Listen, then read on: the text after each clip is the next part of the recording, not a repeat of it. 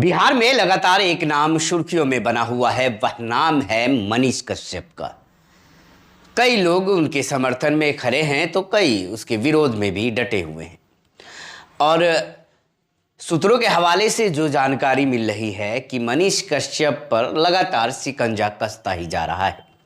सच तक news channel के managing director की भी गिरफ्तारी हो चुकी है और उसके जो डायरेक्टर है उसकी तलाश लगातार बिहार पुलिस कर रही है। चाहे शहर हो, चाहे गांव हो, चाहे गली हो, चाहे चाय की दुकान हो, हर जगह यही चर्चा है कि मनीष कश्यप के साथ गलत हुआ है। तो कई लोग यह कहते हैं कि मनीष कश्यप ने ही गलत किया है।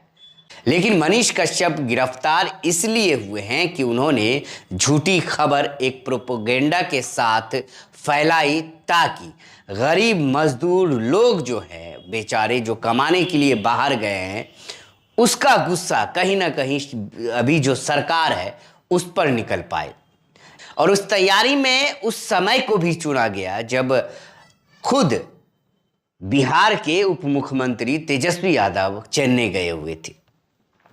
एक सभा को भी उन्होंने संबोधित किया और वहां से आने के बाद वह लगातार विधानसभा में घिरे रहे।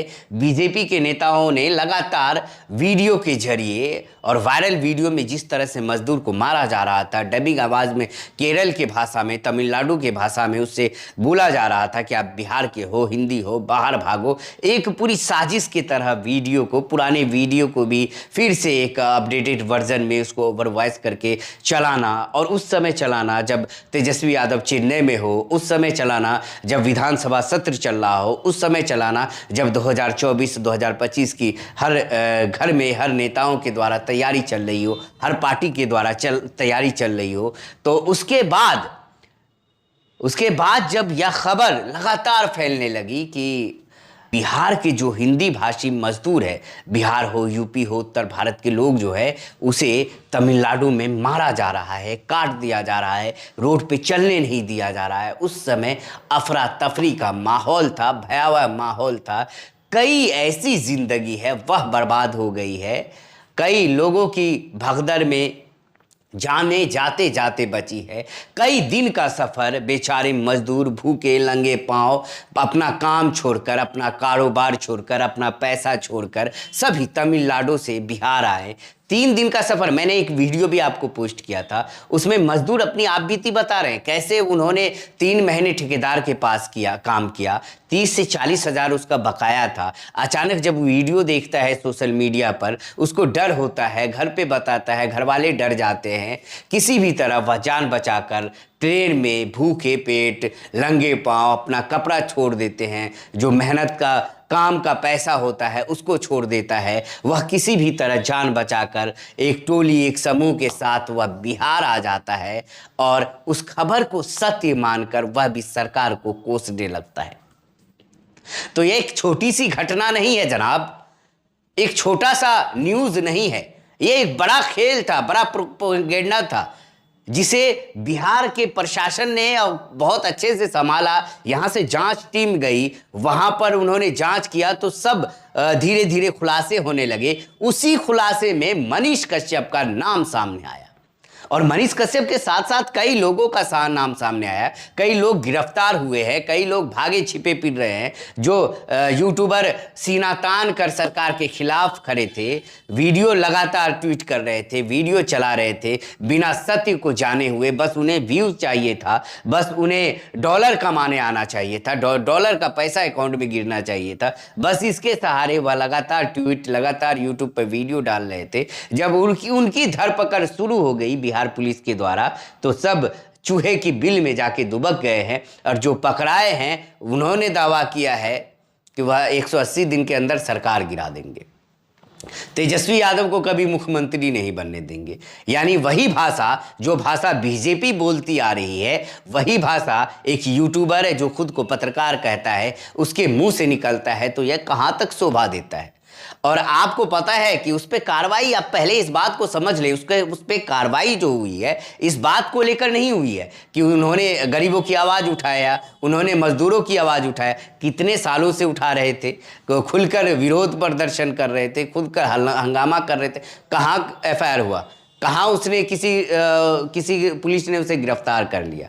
हाँ, आप बिहार में हैं, अगर आप गलत करते हैं तो आप पे कार्रवाई होगा। ऐसा नहीं है कि हाँ अगर गलत होता, कार्रवाई गलत था तो हम लोग भी आवाज़ उठाते, लेकिन कुछ ऐसे लोग हैं जो समझ नहीं पा रहे हैं। और वैसे ही वह लोग हैं जो लगातार आदत है उनकी जाति को देखकर समर्थन में सड़क पर उतरने की। आप कुलदीप सेंगर ले लीजिए, जिन्होंने लगातार बलात्कार किया एक युवती के साथ, उसको मरवा दिया। उसके जब समर्थन में लोग उतर सकते हैं, मोनू मानेसर को ले लीजिए, जिन्होंने जिंदा युवक को जला दिया, लोग उनके समर्थन में उतर सकते हैं। बापू आसाराम बापू के समर्थन में उतर सकते हैं। तो आप क्या कहिए, बस जाति देखना है, यह नहीं देखना कि उसने क्या गलत किया क्या सही किया। बस जाति देखकर आप समर्थन में रोड पर आ जाए और बिहार बंद का आह्वान कर ले तो क्या हुआ। बिहार बंद से 10-5 जगह का वीडियो ही ट्रेंड कर रहा है, एक ही वीडियो सबको ही उठा उठा के डाल रहा है। कहाँ बंदी का असर दिखा, क्या असर था बंदी का। एक ही वीडियो को लगातार उसको शेयर किया जा रहा है कि बंद की असर हुआ, भयावह असर हुआ, ये हुआ वो हुआ, फलना हुआ ढिमका हुआ।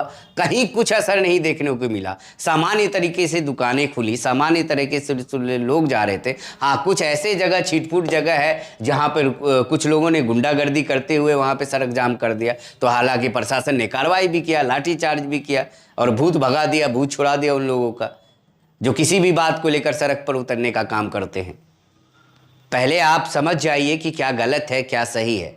सही है तो आप समर्थन करें, गलत है तो उसका विरोध भी जरूरी नहीं है। बस यूं देखना कि मेरी जाति का है, वह बलात्कार कर भी दे, किसी को जिंदा जला भी दे, किसी को मार भी दे, कोई दंगा फैलाने का साजिश भी रच रहा हो, लेकिन हम तब भी जाति के नाम पर उसका सपोर्ट कर रहे हैं। तो क्या यह सच है? क्या यही हमारा प्यारा भारत है? क्या यही होना बिहार में भी बाकी रह गया? तो सोचना आपको हमको है। सरकार से आपकी नाराज़गी हो सकती है, लेकिन उस मजदूर से क्या नाराज़गी? आप उसके हिसाब से सोचिए, एक मजदूर के हिसाब से सोचिए कि कितने मेहनत के बाद वह अपना घर छोड़कर, बाल बच्चे को छोड़कर, अपने पिता को छोड़कर, अपना मोहल्ला समाज को छोड़कर वह बाहर जाता है कमाने के लिए। कई महीनों काम करता है और काम करने के बाद जब उसको पेमेंट लेने के बाद घर आने की बारी होती है, ईद होता है, होली होता है, दशहरा होता है, त्यौहार का सीज़न में जब वो तैयारी करके घर आता, पैसे लेकर आता, अपने परिवार के लिए कुछ सामान लेकर आता, उससे पहले यह भयावह तस्वीर सामने निकल के आई। उस पर क्या बीत रही होगी? और उस समय क्या बीत रही होगी जब 3 दिन से भूखा ट्रेन में सफ़र कर रहा हो और जिसने साजिश रची एक दंगा फैलाने का काम किया, हिंदी में और तमिल में हिंदी भाषी को लड़वाने का काम किया, उसके लिए आपकी भावना जाग जाती है। वाह रे!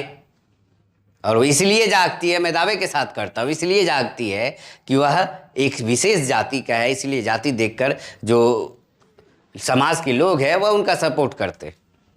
मैं चैलेंज के साथ कहता हूँ, अगर इसकी जगह कोई मुसलमान होता तो आज उस पर देशद्रोह का केस चल रहा होता। उसको फांसी दिलाने के लिए कई लोग सड़क पर उतर जाते कि उसे फांसी की सज़ा होनी चाहिए। कई बड़े बड़े होर्डिंग चंग जाते, बीजेपी वाला रोड पे आके लंगा नाच कर रहा होता कि उसे फांसी दिलाइए, फांसी दिलाइए। यूएपीए तो सबसे पहले लग जाता। तो समझना हमको आपको है। इस वीडियो का बस यही मकसद है कि हम लोग पहले समझे, तथ्यों को जाने कि आखिर कार्रवाई क्यों हो रही है और क्यों हंगामा मचा हुआ है। क्या अच्छा आप बताएं कि इस तरह से प्रोपेगेंडा फैलाना, भयावह एक माइंड सेट करके दंगा फैला हिंदी और अन्य भाषाओं में, क्या सही था? इस पे पुरस्कार देना चाहिए, इसे बिहार सरकार द्वारा सम्मानित करना चाहिए था। क्या गलत हो रहा है? तो आप कमेंट बॉक्स में अपनी बातों को लिख सकते हैं। मैं हूं शाहनवाज, आप देख रहे हैं द इनफैक्ट।